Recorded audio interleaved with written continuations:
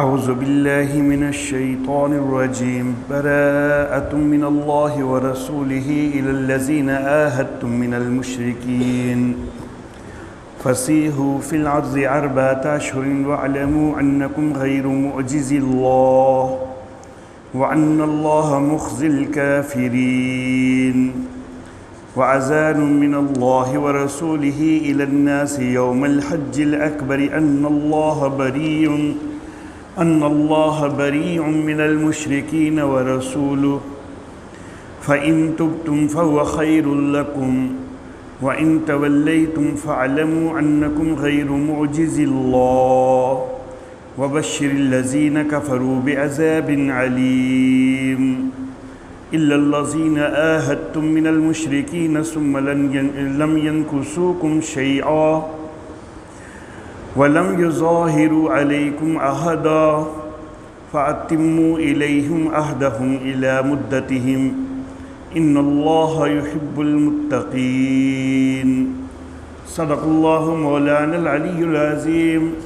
وبلغنا نبيه ورسوله الكريم براءۃ من اللہ، بیزاری ہے اللہ کی طرف سے، ورسولہ اور اس کے رسول کی طرف سے، الی الذین عاہدتم من المشرکین ان کے لیے کہ جن سے تم نے عہد کیے تھے مشرکوں میں سے، فسیحوا فی الارض پس چلو پھرو زمین میں، اربعۃ اشہر 4 ماہ تک، وَاعْلَمُوا اور جان لو، انکم غیر معجز اللہ کہ تم اللہ کو عاجز کر سکنے والے نہیں ہو، وَأَنَّ اللَّهَ مُخْزِي الْكَافِرِينَ اور یہ کہ اللہ کافروں کو رسوا کرنے والا ہے، وَأَذَانٌ مِّنَ اللَّهِ وَرَسُولِهِ اور اعلان ہے اللہ کی طرف سے اور اس کے رسول کی طرف سے، الی الناس لوگوں کے لیے، یوم الحج الاکبر حج اکبر کے دن، ان اللہ یہ کہ اللہ بریء من المشرکین بیزار ہے مشرکوں سے، ورسولہ اور اس کا رسول بھی،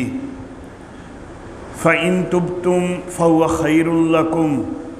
پس اگر تم توبہ کر لو تو یہ تمہارے لیے بہتر ہے، وَإِن تَوَلَّيْتُمْ اور اگر تم پھر جاؤ، فَاعْلَمُوا أَنَّكُمْ غَيْرُ مُعْجِزِ اللَّهِ تو جان لو کہ تم اللہ کو عاجز کر سکنے والے نہیں ہو، وَبَشِّرِ الَّذِينَ كَفَرُوا بِعَذَابٍ عَلِيمٍ اور خوشخبری دے دے کافروں کو دردناک عذاب کی، إِلَّا الَّذِينَ عَاهَدتُّم مِّنَ الْمُشْرِكِينَ مگر وہ لوگ کہ جن سے تم نے عہد کیے مشرکوں میں سے، ثُمَّ لَمْ يَنْكُثُوكُمْ شَيْئًا پھر انہوں نے تم سے اس میں کوئی کمی نہیں کی، وَلَمْ يُظَاهِرُوا عَلَيْكُمْ أَحَدًا اور تمہارے مقابلہ میں کسی کی مدد نہیں کی، فَأَتِمُّوا إِلَيْهِمْ عَهْدَهُمْ تو پورا کرو ان کی طرف ان کا عہد، إِلَى مُدَّتِهِمْ ان کی مدت تک، ان اللہ یحب المتقین بے شک اللہ تقوی اختیار کرنے والوں کو پسند کرتے ہیں۔ محترم احباب، کل کے درس میں ہم نے سورہ توبہ کا آغاز کیا، پرسوں کے درس میں، کل تو درس نہیں ہو سکا، بہرحال پرسوں درس کے آغاز میں میں نے اعوذ باللہ اور بسم اللہ دونوں پڑھ کے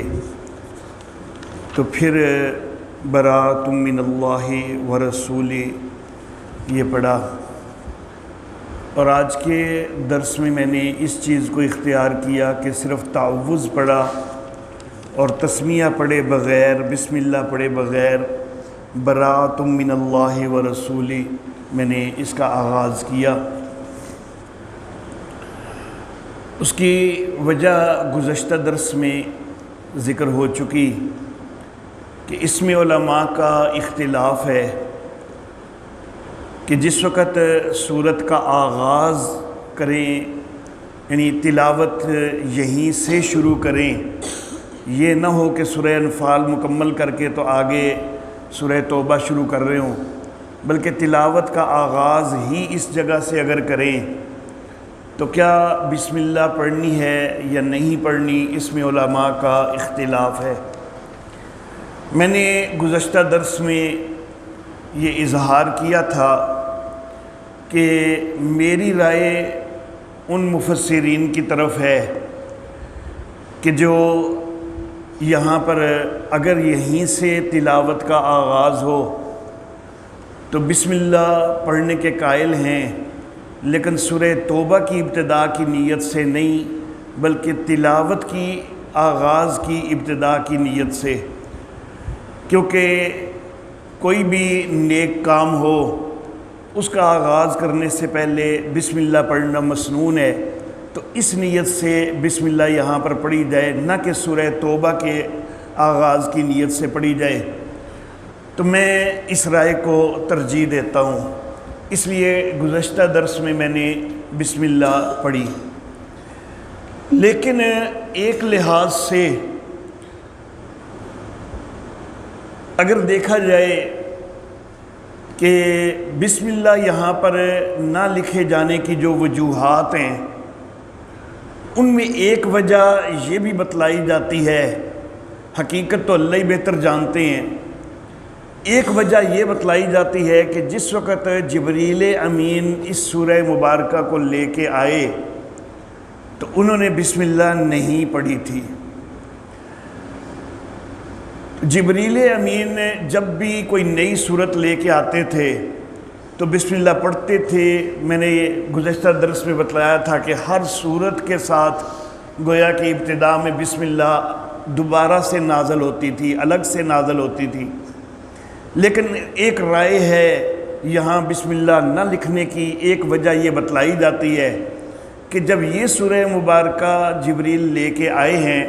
تو بسم اللہ نازل نہیں ہوئی، انہوں نے بسم اللہ نہیں پڑھی۔ تو اگر یہ رائے درست ہو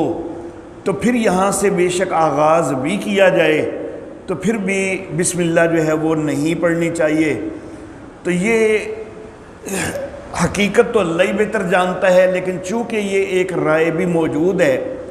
تو اس لیے بہت سارے مفسرین وہ اس طرف گئے ہیں کہ یہاں سے بے شک آغاز بھی کریں تو تب بھی بسم اللہ نہیں پڑھنی۔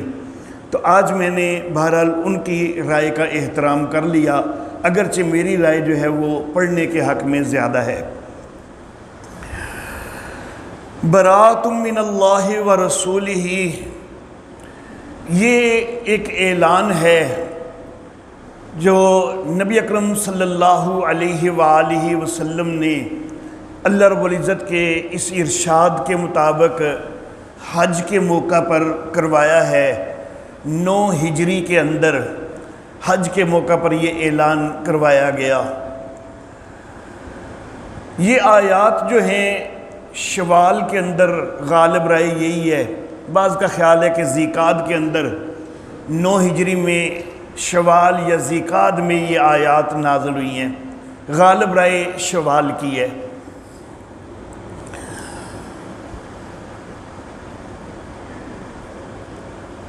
ذی الحج کے مہینہ میں آپ کو معلوم ہے کہ حج کا اہتمام ہوتا ہے۔ فتح مکہ کے بعد حج کی فرضیت ہو گئی، حج فرض ہو چکا۔ صاحب استطاعت کے لیے زندگی میں ایک دفعہ حج فرض ہے۔ 9 ہجری کا حج جس وقت آیا ہے تو نبی اکرم صلی اللہ علیہ وآلہ وسلم خود تشریف نہیں لے گئے، بلکہ حضرت سیدنا صدیق اکبر رضی اللہ تعالی عنہ ان کو امیر حج مقرر کر کے تو اہل ایمان کا قافلہ حج کے لیے وہ ان کی قیادت میں میرے آقا صلی اللہ علیہ وآلہ وسلم نے مدینہ سے بھیج دیا۔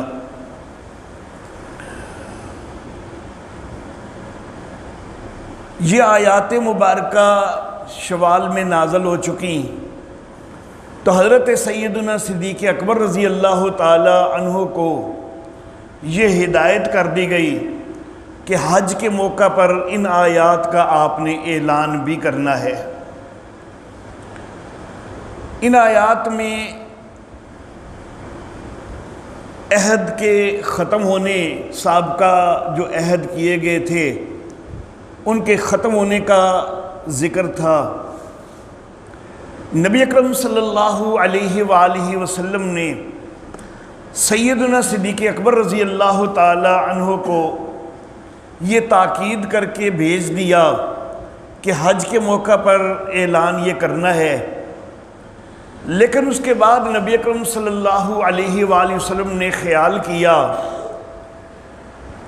کہ یہ اعلان صدیق اکبر رضی اللہ تعالی عنہ کریں گے،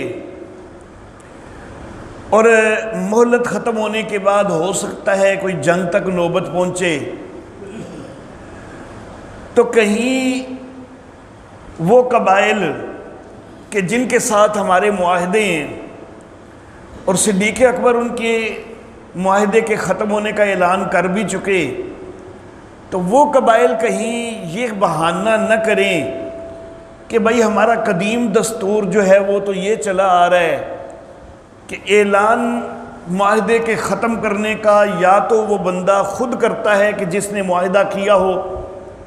یا اس کی برادری کا کوئی قریبی رشتہ دار وہ اعلان کیا کرتا ہے۔ تو صدیق اکبر تو برادری کے نہیں ہیں، تو مشرک قبائل جو ہے وہ اس چیز کو حجت بنا سکتے ہیں کہ جی صدیق کے اعلان کرنے کو ہم نے قبول ہی کوئی نہیں کیا،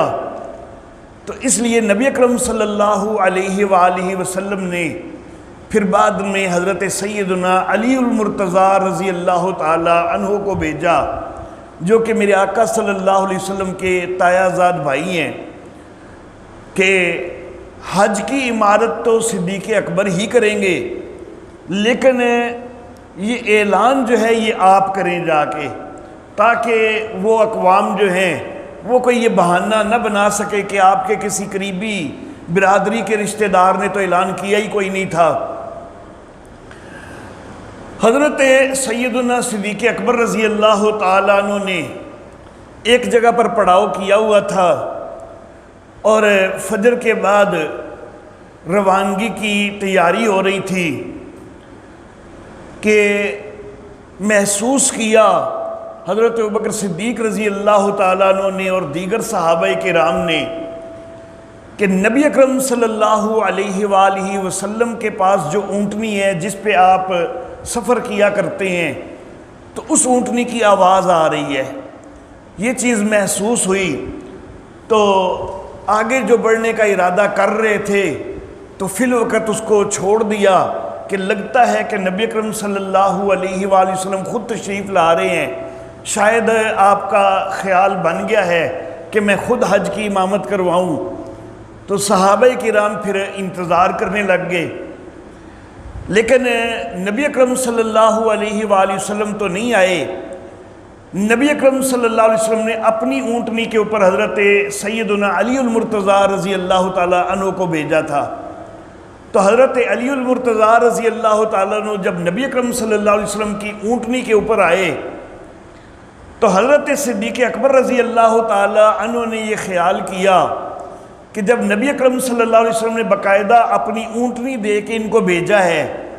تو ہو سکتا ہے کہ اب امیر حج ان کو مقرر کر دیا گیا ہو، میری جگہ پر ان کی ڈیوٹی لگا دی گئی ہو کہ حج انہوں نے کروانا ہے۔ تو حضرت ابوبکر صدیق رضی اللہ تعالیٰ عنہ نے حضرت علی رضی اللہ تعالیٰ عنہ سے سوال کیا کہ امیر ام مامور، کہ امیر بن کے آئے ہو یا میری سرکردگی میں حج کرنا ہے، مامور بن کے آئے ہو؟ تو حضرت علی رضی اللہ تعالیٰ عنہ نے جواب میں فرمایا کہ بل مامور، کہ بلکہ میں تو مامور بن کے آیا ہوں، امیر بن کے نہیں آیا۔ میں نے آپ کی سرکردگی میں ہی حج کرنا ہے، آپ کی عمارت میں ہی حج کرنا ہے۔ تو حضرت سیدنا صدیق اکبر رضی اللہ تعالیٰ عنہ نے پھر پوچھا کہ اگر امیر نہیں ہو تو پھر یہ باقاعدہ نبی اکرم صلی اللہ علیہ وسلم کی اونٹنی پر کیسے؟ تو حضرت سیدنا علی المرتضیٰ رضی اللہ تعالیٰ عنہ نے بتلایا کہ نبی اکرم صلی اللہ علیہ وآلہ وسلم نے آپ کو 2 ڈیوٹیاں دے کے بھیجا تھا، ایک یہ کہ حج کی عمارت آپ نے کرنی ہے، حج کروانا ہے، اور دوسرا یہ اعلان برات بھی آپ نے کرنا ہے۔ تو لیکن ایک ڈیوٹی تو آپ ہی سر انجام دیں گے، حج کی امامت تو آپ ہی کروائیں گے، لیکن یہ اعلان برات جو ہے تو یہ نبی اکرم صلی اللہ علیہ وآلہ وسلم نے اب مجھے حکم دے دیا ہے کہ یہ اعلان میں کروں گا۔ تو بہرحال حضرت سیدنا صدیق اکبر رضی اللہ تعالیٰ عنہ اور حضرت سیدنا علی المرتضیٰ رضی اللہ تعالیٰ عنہ پھر حاجیوں کے قافلے کے ساتھ آگے بڑھے۔ بہرحال حج کے موقع پر پھر حضرت علی رضی اللہ تعالیٰ عنہ یہ اعلان جو ہے وہ کر رہے تھے۔ خطبہ حج جو ہے وہ تو دے رہے تھے حضرت سیدنا صدیق اکبر رضی اللہ تعالیٰ عنہ۔ حج کے موقع پر جتنے خطبات ہوتے ہیں وہ سارے حضرت ابوبکر صدیق رضی اللہ تعالیٰ عنہ نے دیے۔ 8 ہجری سے یعنی 8 ذی الحج سے حضرت ابوبکر صدیق نے لوگوں کو مسائل بتلانے کے لیے خطبات شروع کیے۔ 8 کو بھی خطبہ دیا، 9 کو بھی دیا، 10 کو بھی دیا، 11 کو بھی دیا۔ 4 دن جو ہے وہ حضرت سیدنا صدیق اکبر رضی اللہ تعالیٰ عنہ نے لوگوں کو حج کے مسائل بتلانے کے لیے خطبات دیے۔ تو حضرت ابوبکر صدیق رضی اللہ تعالیٰ عنہ جب خطبے سے فارغ ہو جاتے تو پھر حضرت علی رضی اللہ تعالیٰ عنہ یہ اعلان برات فرماتے، اور پھر صرف ایک مرکزی مقام پر ہی نہیں بلکہ حضرت سیدنا صدیق اکبر رضی اللہ تعالیٰ عنہ نے حضرت علی رضی اللہ تعالیٰ عنہ سے کہا کہ آپ سارے قبائل میں بھی جا جا کے اعلان کریں، کیونکہ یہ برات کا اعلان ہے، معاہدہ ختم ہونے کا اعلان ہے۔ صرف ایک مرکزی مقام سے ہو جائے تو ہو سکتا ہے کل کو کوئی کہے کہ ہمیں تو جی پتہ ہی کوئی نہیں چلا، ہم تو دور تھے، ہم نے سنا ہی کوئی نہیں ہے۔ تو حضرت سیدنا علی المرتضیٰ رضی اللہ تعالیٰ عنہ الگ الگ قبائل کے اندر جا کر بھی یہ اعلان کر رہے تھے۔ حضرت سیدنا صدیق اکبر رضی اللہ تعالیٰ عنہ نے حضرت سیدنا ابو ہریرہ رضی اللہ تعالیٰ عنہ کو بھی مقرر کر دیا کہ حضرت علی کی معاونت آپ نے کرنی ہے، جہاں جہاں وہ اعلان کریں آپ نے بھی ساتھ جانا ہے۔ چند اور صحابہ کرام کو بھی مقرر کر دیا گیا۔ تو حضرت علی رضی اللہ تعالیٰ عنہ کی قیادت کے اندر یہ اعلان جو ہے وہ ہر قبیلے کے اندر بھی کیا گیا۔ اعلان کیا ہے کہ برات من اللہ و رسولہ، بیزاری ہے اللہ کی طرف سے اور اس کے رسول کی طرف سے، الی الذین عاہدتم من المشرکین، ان سے کہ جن سے تم نے عہد کیے مشرکوں میں سے۔ میں نے کل کے درس میں یہ ذکر کیا تھا کہ مختلف جو قبائل ہیں ان کے حوالہ سے سورت کی ابتدا کے اندر ان کے عہد کے حوالہ سے ہدایات دی گئی ہیں۔ ایک وہ لوگ کہ جو ان سے عہد ہوئے اور وہ عہد پر قائم بھی ہیں، ان کا ذکر جو ہے وہ آیت نمبر 4 کے اندر آ رہا ہے آگے جا کے۔ دوسرے وہ کہ جن سے عہد ہوئے لیکن عہد کی کوئی مدت متعین نہیں ہوئی، یا پھر عہد کی مدت بھی ان کے لیے متعین ہوئی لیکن وہ مدت سے پہلے ہی عہد کی خلاف ورزی کر چکے ہیں اور خلاف ورزی کر کے عہد کو توڑ چکے ہیں۔ تو ان کے متعلق یہ پہلی آیت مبارکہ میں ذکر ہو رہا ہے کہ کچھ تو وہ کہ عہد تو ان سے ہوئے لیکن اس عہد کی کوئی مدت متعین کوئی نہیں ہوئی تھی، تو ان کو جو ہے یہ کہہ دیا گیا کہ اللہ اور اس کے رسول کی طرف سے بیزاری ہے۔ فَسِیحُوا فِی الْأَرْضِ أَرْبَعَةَ أَشْهُرٍ، 4 مہینے تک زمین کے اندر چلو پھرو، 4 مہینے تک تم کو مہلت ہے۔ تو جنہوں نے عہد توڑے ہیں ان کو بھی 4 مہینے تک مہلت ہے، اور جن کے ساتھ عہد ہیں اور انہوں نے اور ان کے ساتھ عہد کی کوئی مدت متعین نہیں، تو ان کے لیے بھی 4 مہینے مہلت ہے۔ اب یہاں پر یہ جو 4 مہینے کا تذکرہ ہوا، اس کے اندر پھر کسی حد تک اختلاف بھی پایا جاتا ہے کہ یہ 4 مہینوں کا آغاز کہاں سے ہے۔ آیات مبارکہ شوال میں نازل ہوئی تو بعض نے یہ خیال کیا کہ شوال کا مہینہ مکمل ہونے پر پہلا مہینہ ختم، ذی-القعدہ پہ دوسرا مہینہ ختم، ذی الحج پہ تیسرا مہینہ ختم، اور محرم کے آخر پہ چوتھا مہینہ ختم۔ تو گویا کہ محرم کے آخر تک کے لیے اعلان تھا۔ اب ذی الحج کی 10 تاریخ کو اعلان خاص طور پر کیا گیا، تو اس کے بعد پھر ذی الحج کے 20 دن باقی ہیں، اور محرم کے آگے 30 دن بھی لگا لیں تو کل یعنی 50 دن گویا کہ باقی رہ گئے۔ تو بعض کی رائے یہ ہے کہ یہ اعلان جو ہے اعلان کیے جانے کے بعد صرف 50 دن کے لیے تھا۔ بعض کی رائے یہ ہے کہ جن کے ساتھ معاہدہ ہوا اور اس کی مدت متعین نہیں ہوئی، ان کے لیے اعلان کے بعد 4 مہینے تھے، اور جنہوں نے عہد کی خلاف ورزی کی تھی تو ان کے لیے یہ آیتیں نازل ہونے سے 4 مہینے تھے۔ تو گویا کہ جنہوں نے عہد کی خلاف ورزی کی تو ان کے لیے پھر اس اعلان کے بعد 50 دن ہی باقی رہ گئے، لیکن جن کے ساتھ معاہدے ہوئے لیکن معاہدوں کی کوئی مدت متعین نہیں، تو ان کے لیے ان کی رائے ہے کہ 4 مہینے اعلان ہونے کے بعد، اب اعلان ہونے کے بعد 4 مہینے جو ہیں آگے اس میں بھی پھر تھوڑا اختلاف ہو جاتا ہے کہ وہ ربیع الاول کی 10 تاریخ کو بنیں گے یا ربیع الثانی کی 10 تاریخ کو بنیں گے۔ دیکھیں ذی الحج کے مہینے کے اندر حج ہوتا ہے، تو اچھا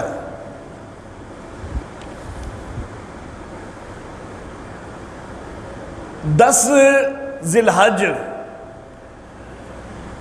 اس کے بعد آگے محرم، صفر، ربیع الاول اور ربیع الثانی، تو 4 مہینے ربیع الثانی تک بنتے ہیں اس طرح۔ لیکن ایک خیال یہ بھی ہے کہ یہ حج جو ہے یہ اپنی اصل جگہ پر ہو ہی نہیں رہا تھا، یہ اپنے اصل مقام پر ہو ہی نہیں رہا تھا، کیونکہ اس سے اگلے سال 10 ہجری کے اندر جب نبی اکرم صلی اللہ علیہ وسلم خود حج کے لیے آئے ہیں نا، تو نبی اکرم صلی اللہ علیہ وسلم نے اس وقت ایک اعلان فرمایا تھا کہ سال جو ہیں وہ پھر آ کر اپنے اصل مقام پہ اب آ چکے ہیں۔ تو اس سے پہلے گویا کہ اصل مقام پہ نہیں تھے، کیونکہ مشرکین کے اندر، جاہلیت کے اندر ایک رسم جاری تھی جس کو نسی کی رسم کہا جاتا تھا۔ نسی کی رسم جو ہے اس کا مطلب یہ تھا کہ جو زیادہ پرزور قبائل تھے نا، طاقتور قبائل، وہ حج کے موقع پر اعلان کر دیا کرتے تھے کہ بھائی اگلے سال مہینوں کی ترتیب یوں ہوگی۔ وہ ہر سال کے لیے کوئی نئی ترتیب جو ہے وہ لگا دیتے کہ بھائی اگلے سال جو ہے وہ ربیع الاول پہلا مہینہ ہوگا، محرم 5واں مہینہ ہوگا۔ وہ اپنے طور پر کوئی نہ کوئی اعلان کر دیتے۔ کبھی یہ کہہ دیتے کہ اگلے سال بھائی 1 مہینہ کم ہوگا، 11 مہینے کا سال ہوگا۔ تو اس طرح کے وہ اعلان کر دیا کرتے تھے۔ اس کو نسی کی رسم کہا جاتا ہے۔ اصل میں ان کا یہ اعلان کرنے کا مقصد یہ ہوتا تھا کہ حضرت ابراہیم علیہ الصلاۃ و تسلیمات کے دور سے ہی 4 مہینوں کی حرمت جو ہے وہ چلی آ رہی تھی۔ تو یہ مشرکین جو ہیں اگرچہ بڑے سارے جو ہے وہ خرابے تو کر چکے، لیکن کوئی نہ کوئی چیزیں حضرت ابراہیم علیہ السلام کے دین والی وہ ان کے اندر چلی آ رہی تھی۔ خود حج جو ہے یہ بھی حضرت ابراہیم علیہ السلام ان کے طریقے کے مطابق وہ چلا آ رہا تھا۔ تو یہ نسی کی رسم یہ اس لیے کرتے کہ وہ جو حرمت والے مہینے ہیں نا ان کے اندر جنگ کرنا حرام ہے، لیکن جو طاقتور قبائل سمجھتے کہ حرمت والے مہینے جس موسم میں آ رہے ہیں وہ موسم تو ہمارے لیے جنگ کے لیے بڑا اچھا موسم ہے، تو وہ پھر حرمت والے مہینوں کو اس موسم سے پھیر دیتے، وہ اس موسم میں کوئی دوسرا مہینہ لا کے رکھ دیتے تاکہ ہم اس موسم میں جنگ کر سکیں۔ تو اس طرح وہ نسی کی رسم کی وجہ سے مہینے آگے پیچھے ہوتے رہتے تھے۔ تو 9 ہجری کا جو حج ہوا ہے نا تو اس کے متعلق غالب رائے یہ ہے کہ یہ حج جو ہے یہ ذی الحج میں ہوا ہی کوئی نہیں، اس میں حقیقت میں ذیقعد کا مہینہ تھا، تو ذیقعد کے مہینے میں حج ہوا۔ تو جب ذیقعد کے مہینے میں حج ہوا تو اس کے بعد ذی الحج، محرم، صفر اور ربیع الاول، تو ربیع الاول میں 4 مہینے پورے ہو جاتے ہیں۔ اگر تو حج ہو ذی الحج میں تو پھر جا کے 4 مہینے ربیع الثانی میں پورے ہوتے ہیں، لیکن اگر یہ حج ہوا ہی ذیقعد میں ہے تو پھر 4 مہینے ربیع الاول میں پورے ہو جاتے ہیں۔ تو بہرحال یہ 4 مہینے کب پورے ہوئے اس کے اندر مفسرین کا اختلاف ہے۔ اصل میں معاملہ یہ بھی ہے کہ جس وقت یہ اعلان ہوا نا تو اس کے بعد جنگ تک نوبت پہنچی کوئی نہیں۔ اگر جنگ تک نوبت پہنچی ہوتی نا، یہ مدت ختم ہونے کے بعد کوئی جنگ ہوئی ہوتی تو پھر تو واضح پتہ چل جاتا نا کہ یہ مدت کب ختم ہوئی ہے، کیونکہ اس کے بعد تو جنگ شروع ہو گئی ہے۔ لیکن جنگ تک نوبت پہنچی کوئی نہیں، کیونکہ اس حج کے بعد جوک در جوک عرب قبائل جو ہیں وہ اسلام کے اندر داخل ہونا شروع ہو گئے، اور بڑی تیزی سے جو ہے وہ قبائل کے اندر اسلام پھیلا۔ تو پھر یہ چیز جو ہے یہ ان کے ساتھ جنگ والی ضرورت ہی کوئی نہیں پیش آئی، وہ جوک در جوک مسلمان ہوتے گئے۔ تو برات من اللہ و رسولہ، اللہ کی طرف سے بیزاری ہے، اس کے رسول کی طرف سے بھی، الی الذین عاہدتم من المشرکین،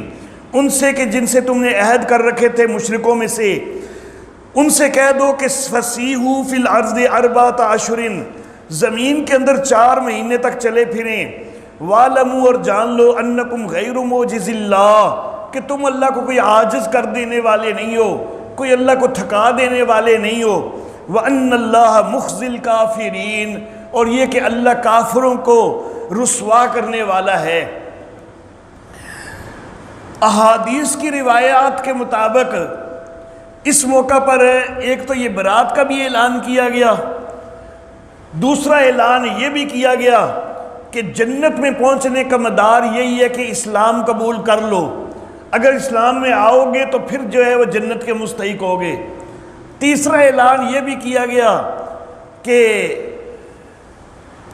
خانہ کعبہ کے اندر حج کے لیے آئندہ سال سے کوئی مشرک نہیں آئے گا، یہ اعلان بھی کر دیا گیا۔ اور چوتھا اعلان یہ بھی کیا گیا کہ جاہلیت کے اندر جو ننگے طواف کیا کرتے تھے تو آئندہ یہ ننگا طواف جو ہے وہ بالکل نہیں ہوا کرے گا۔ تو یہ 4 اعلان جو ہے وہ کیے گئے۔ وَأَذَانٌ مِّنَ اللَّهِ، اعلان ہے اللہ کی طرف سے، وَرَسُولِهِ، اور اس کے رسول کی طرف سے، إِلَى النَّاسِ، لوگوں کے لیے، یوم الحج الاکبر، حج اکبر کے دن۔ حج اکبر جو ہے عام طور پر لوگوں کو یہ غلط فہمی ہوتی ہے کہ جمعے والے دن حج ہو تو اس کو حج اکبر کہا جاتا ہے، یہ 100% غلط ہے۔ اصل میں معاملہ یہ ہے کہ جو عمرہ ہے نا اس کے لیے عرب لوگ حج اصغر کا لفظ استعمال کرتے ہیں، تو عمرہ کے مقابلہ میں جو حج ہے خواہ وہ حج کس دن بھی ہو رہا ہو، خواہ وہ جمعے کے دن ہو رہا ہو یا کسی اور دن ہو رہا ہو، جو بھی حج ہے وہ ہوتا ہی حج اکبر ہے۔ عمرہ جو ہے وہ حج اصغر ہوتا ہے اور حج جو ہے وہ حج اکبر ہوتا ہے۔ تو حج اکبر کے دن اعلان ہے ان اللہ بریء من المشرکین ورسولہ، کہ اللہ بیزار ہے مشرکوں سے، اللہ کا رسول بھی بیزار ہے۔ فَإِن تُبْتُمْ، پھر اگر تم توبہ کرو، فَهُوَ خَيْرٌ لَكُمْ، تو یہ تمہارے لیے بہتر ہے۔ وَإِن تَوَلَّيْتُمْ لیکن اگر تم منہ پھیرو، فَاعْلَمُوا تو جان لو، أَنَّكُمْ غَيْرُ مُعْجِزِ اللَّهِ کہ تم کوئی اللہ کو عاجز کر سکنے والے نہیں ہو، یعنی اللہ کی پکڑ سے کوئی بچ جانے والے نہیں ہو۔ اللہ جب پکڑ کرنا چاہے تم کوئی دور بھاگ نہیں سکتے ہو۔ وَبَشِّرِ الَّذِينَ كَفَرُوا بِعَذَابٍ عَلِيمٍ اور کافروں کو خوشخبری دے دیجئے دردناک عذاب کی۔ اب دردناک عذاب جو ہوتا ہے اس کی خبر جو ہے وہ کوئی اچھی خبر تو نہیں ہوتی کہ اس کو خوشخبری کہا جائے، لیکن اللہ رب العزت بشر کا لفظ استعمال کر رہے ہیں کہ ان کو خوشخبری دے دیجئے، تو یہ ان کے اوپر تمسخر اور طنز کے طور پر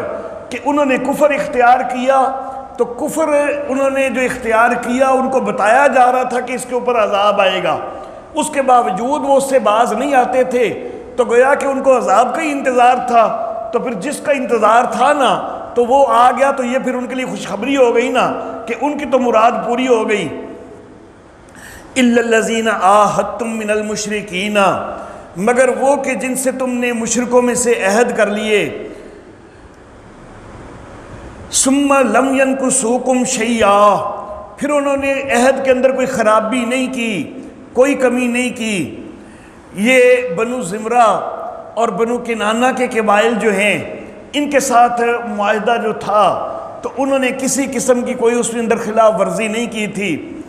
وَلَمْ يُظَاهِرُوا عَلَيْكُمْ أَحَدًا اور انہوں نے تمہارے خلاف کسی کی کوئی مدد بھی کبھی نہیں کی۔ فَأَتِمُّوا إِلَيْهِمْ عَهْدَهُمْ إِلَى مُدَّتِهِمْ تو ان کا عہد جو ہے وہ ان کی مدت تک پورا کیا جائے۔ تو یہ بنو زمرہ اور بنو کنانہ کے ساتھ جو عہد تھا اس کے 9 مہینے جو ہے وہ عہد کے ابھی باقی تھے،